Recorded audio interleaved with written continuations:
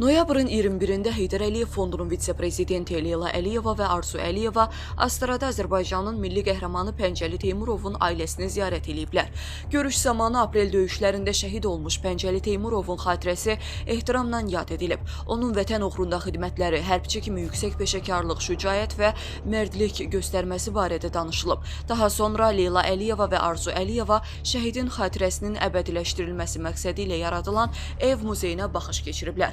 Qeyd edək ki, xüsusi təyinatlı qüvvələrin mənsubu, qoca ləqəbli əfsanəvi kəşfiyyatçı Pəncəli Nurməhəmmədoğlu Teymurov 1981-ci il martın 24-də Astara rayonunun Əzərüt kəndində anadan olub. Hərbi xidmətdən sonra 1999-cu ildən xüsusi təyinatlı qüvvələr yarandığı ildən onun sıralarında xidmətini davam elətdirən Pəncəli 17 il vətənin keşiyində şərəflə dayanıb. Gizir Pəncəli Teymurov 2016-cı il aprel döyüşləri zamanı arzuladığı zirvəyə, şəhidlik məqamına ucalıb.